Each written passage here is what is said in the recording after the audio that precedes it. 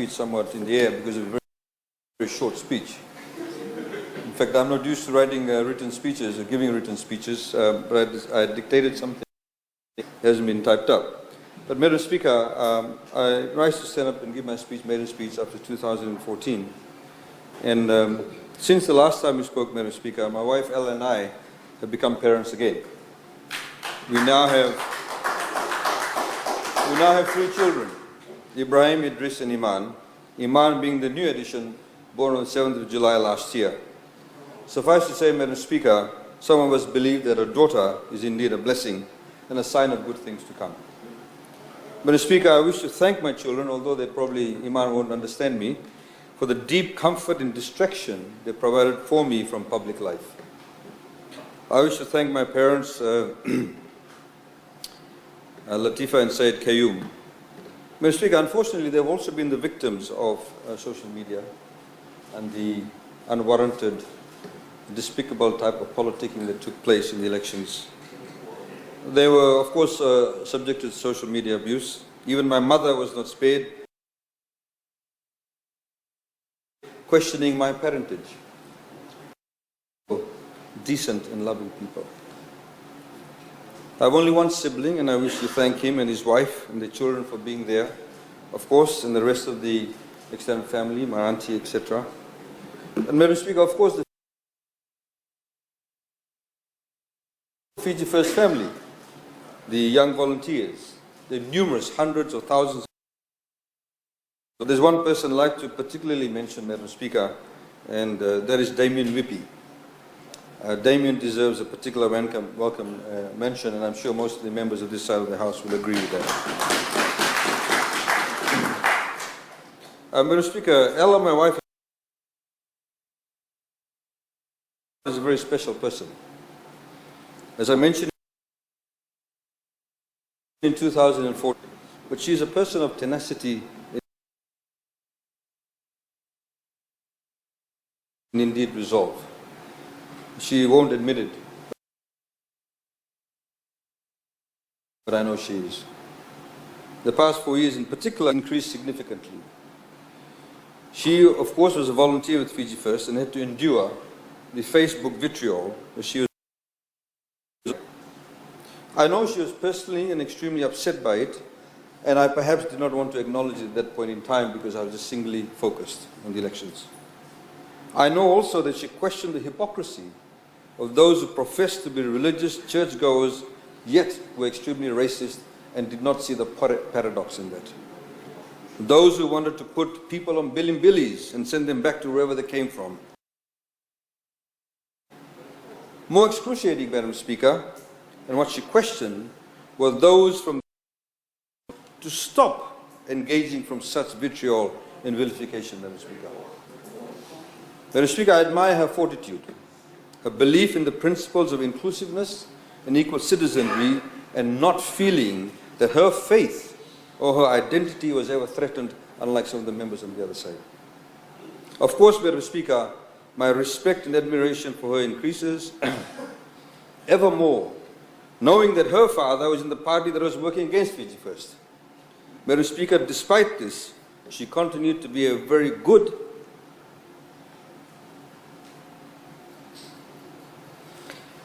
and loving daughter for her father and mother.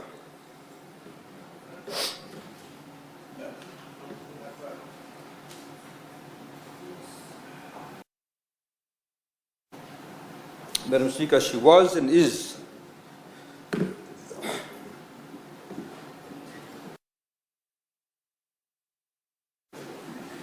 a wonderful wife, partner, friend, and companion. Madam Speaker, listening to most of the members of the other side, I feel like a deja vu. A deja vu, Madam Speaker, that goes back into time, and this time is 2014. And again, Madam Speaker, the same type of vitriol, the same type of allegations against the Constitution, etc.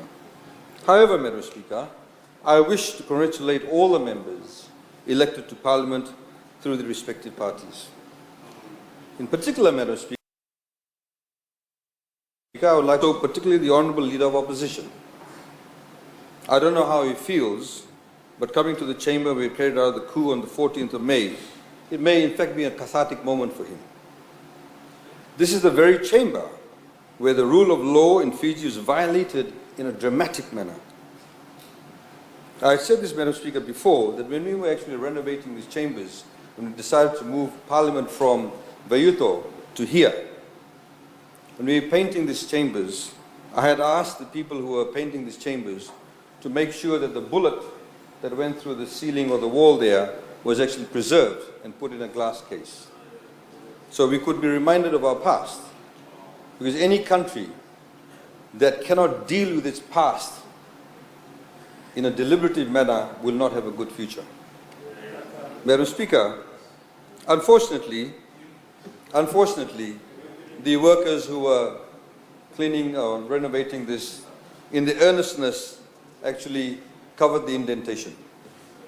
Perhaps, Madam Speaker, this is a psyche that we all have.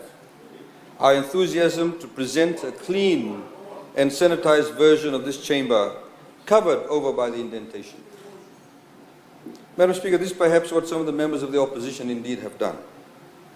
They want to present a sanitized version of history, a particular version of history. They want to ignore many facts. And indeed, Madam Speaker, they don't want to know the truth. This type of politics, Madam Speaker, is working to their advantage. And I want to congratulate them, because they would be known as the great manipulators. Manipulation of facts, the manipulation of trying to raise a communal sense of antagonism, of creating a dichotomous approach to our country, is what they have successfully done so. After all, Madam Speaker, their leader symbolizes the great chasm that is created by his actions on the 14th of May and the 25th of September 1987. The reality, of course, Madam Speaker, is that they did not win the elections. The reality is that the overwhelming majority of Fijians, despite the vitriol, vilification, obfuscation of facts, chose Fiji first. Chose Honorable Josiah Varenge Beni Marama to be the Prime Minister. Discs were floating around claiming the end of indigenous rights, as they did in 2014, claiming that Fiji was, or parts of Fiji were sold to China, claims about a Muslim takeover. In fact, in one of the sessions we had in the Western Division, I heard a really beautiful one, where that the public-private partnership of the hospitals, we would give it to the Chinese. And that all of us who went to the hospital subsequently would get an injection on our bums and we'd all die and the Chinese would take over. This is the level of subterfuge, of lie, of facts that took place, Madam Speaker. Madam Speaker, these are the shenanigans that took place. Madam Speaker, the President has said the elections are over. We have said that. Our Prime Minister, of course, Madam Speaker, has never swayed from the principal position he took since 5 December 2006. He has never succumbed to political expediency as some of the others on the other side have. He has never succumbed to gaining popularity by simply appealing to communalistic politics. His vision, his idea of building a strong nation state based on the principles and values and common and equal citizenry without compromising the special protection of Itauke land, Honorable Sakuru, the recognition and preservation of the unique culture and traditions, customs and languages, which of course includes people from Rotuma, he has never swayed away from. I know the Honorable Gavoka and the others have led a litany of barrage against Honorable Alvik Maharaj. The reality is that the obsession by the opposition to say Fiji first won by 147 votes is not correct. Let me remind those on the opposite side. Fiji first has a majority of 50.02% of the votes. Sodelpa has 39.85%. NFP with only 7.38%. That's a big difference. The 5 opposition political parties with 200 candidates, which they claim as part of the opposition votes, their combined resources and combined lies could not defeat Fiji first, Madam Speaker. 200 candidates against 51 of us. They're all on one side, Madam Speaker. Of course, NFP was doing all sorts of shenanigans and deals and what have you. Fiji First, Madam Speaker, has 13,000 more votes than SODELPA and NFP combined. SODELPA should remember, Madam Speaker, the 273,000 Fijian voters rejected them. Approximately 420,000 voters rejected NFP and told them that they are not fit for Parliament. Madam Speaker, if the voter turnout was higher, similar to 2014, especially in the Western and Central divisions, which saw low voter turnout this year, Fiji First would have got more than 30 seats, Madam Speaker. So SODELPA, Madam Speaker, should not celebrate. They perhaps have the rain to thank. Madam Speaker, I just want to remind them about 2001 and 2006 elections. The SDL votes in 2001-2006 elections, this is how it goes. In SDL in 2001, they received only 26% of the total votes, but with a majority of 32 seats in Parliament. Whereas Fiji Labour Party, with 34.8% of the votes, got only 28 seats. NFP, of course, did a lot better than what they're doing now. They got 11.7% of the votes, but did not win a single seat, Madam Speaker. In 2006, 4.6% of the votes got a 36-seat majority, and they won by 1 seat. If you look at all the opposition seats, they won by only 17 votes. Honorable Alam Balabu knows this. Lodala open constituency, 17 votes. Nobody talked about tyranny of the majority then. Nobody talked about the tyranny of the majority then, Madam Speaker. They also don't tell us that the voter turnout in 2006, Madam Speaker, was actually 64%. They're now claiming that this 70% is too low, notwithstanding the rain. They are not admitting that voter turnout was 84% in 2000. The invalid votes in 2014 was a mere 0.7% and a mere 0.9%. 2006, 2001 invalid votes were 9% and 10% respectively. Madam Speaker, I'm highlighting this because the honourable members on the other side, and in fact, I went and thanked the honourable leader of opposition for his speech. I only had one gripe with him, and I told him, which I'll come to later on. But the fact that he's saying that we need to work together, we all believe in that. Some of them have said that, but some of them continue to spew immaterial facts. Some of them continue to spew lies. Some of them continue to not recognize the facts. And I want to highlight the facts to them, because if you want to come to clean hands to these chambers, you must recognize the facts, Madam Speaker. Madam Speaker, again, all sorts of shenanigans. Honorable Randrondro said there is no interim government before elections. That's the convention. I looked across to the Honorable Leader of Opposition and I said there is no interim government before elections, and he agreed with me. He knows that. What convention is he talking about? There is no such convention in Fiji since independence. Madam Speaker, the reality is that if the honourable members want to make a legal challenge to the results, they are free to do so. Please go and do so. This is not the court. Take your arguments to the court, not over here. Madam Speaker, the reality is what has happened in these chambers is that's how democracy works. The reality is, Madam Speaker, that we need to be focused on the economy. And I agree with every single member in this House that wants to focus on the economy. We have, Madam Speaker, a very young population. 50% of our population is below the age of 27. When we have a young population, as I've said before, we'll produce more babies a lot more quicker. The reality is a younger population procreates a lot faster. So we have to put in place sustainable policies. So this nonsense about free university, this nonsense about TELS being a burden, Madam Speaker, the reality is this. You cannot afford to pay for everybody's university fees. Today we have 19,000 students in university.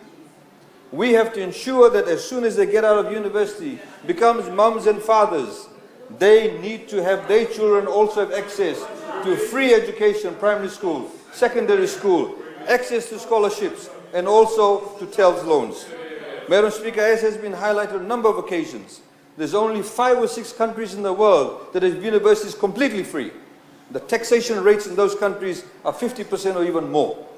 Our taxation rate does not even start until you earn more than $30,000, Madam Speaker.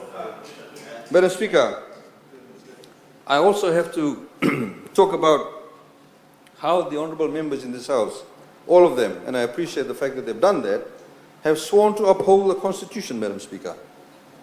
But it is quite amazing that some of them, even within a few hours of swearing to uphold the Constitution, have debunked the Constitution.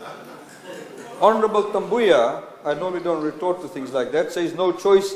She had a choice. She could have not participated in the elections under the Constitution. Madam Speaker, that was her choice. Madam Speaker, there are, of course, people with principles and there are people with no principles, Madam Speaker. Madam Speaker, the reality is that they talked about this Constitution being shoved down their throat, and this is what we're being told since 2014. If the 1990 Constitution was so wonderful, which we know did not have any consultations, why was it promulgated at midnight, in the middle of the dark of the night? Madam Speaker, the 2013 Constitution was celebrated at His Excellencies at the State House, with people, diplomats, various NGOs, they all attended this. There were 19 public consultations that were held in respect of the Constitution, Madam Speaker. Again, like I said, Madam Speaker, it would appear I'm going through a deja vu by having to stand here. Madam Speaker, the whole argument about the tyranny of the majority falls flat in its face. Anybody that knows an iota of what tyranny of majority and the whole philosophy and the epistemology behind it stem from the Americans. Gained credence because the elites in America believed that somehow or the other they needed to be protected from the tyranny of the vast masses, just in case they did something that will go against the elite establishment, That's where the term came from, Madam Speaker. We now have, in the 21st century, Madam Speaker, numerous independent institutions that actually protect us from the tyranny of the so-called majority, Madam Speaker. Madam Speaker, this is what I want to be able to address, because the entire premise for most of the speakers on the other side is based on the politics of ethnicity. And Madam Speaker, I want to quote somebody who I have huge respect for, and Madam Speaker, Simeone Durutalo. Simeone Durutalo, Madam Speaker, in his book, which I have over here, you can get it at USP, Honorable Bulitavu, you should read it. He says, in case of Fiji, we can see that despite the emergence of classes, those at the upper reach of the society are using the ethnic identities both to secure their class benefits and to obscure the basis for them from their fellow ethnics. It is often not appreciated the ethnic institutions, associations, parties may be created or instigated by the new men of power, pursuing their own special interests, which are time again the constitutive interests of emerging classes. Ethnicity in this context becomes a mask for class privilege, Madam Speaker.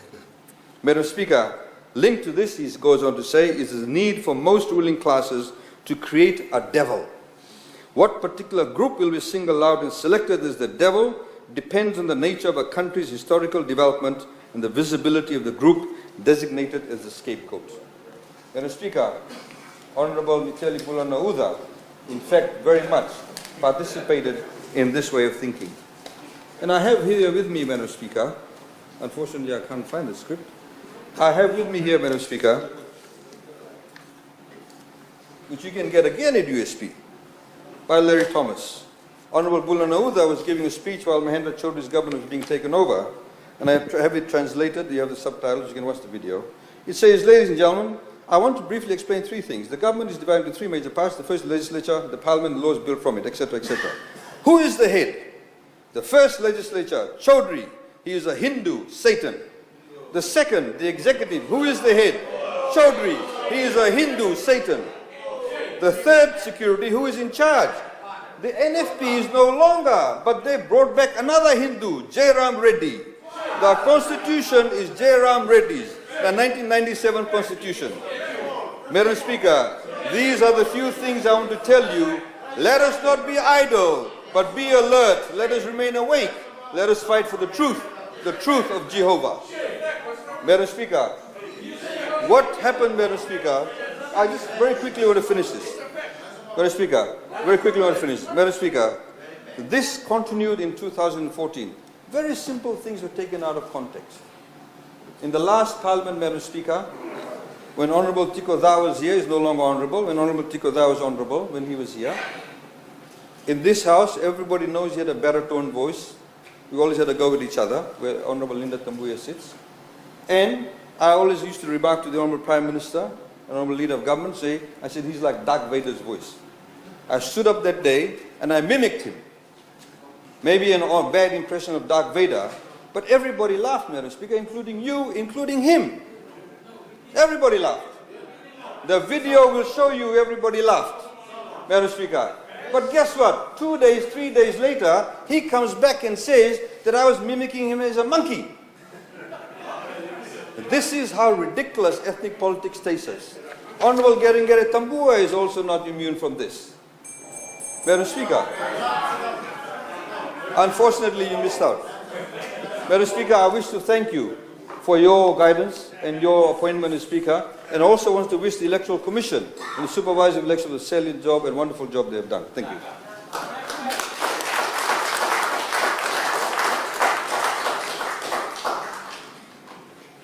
Thank you. That brings us to the end of our sitting for today, and I thank you all for your contributions to today's debate.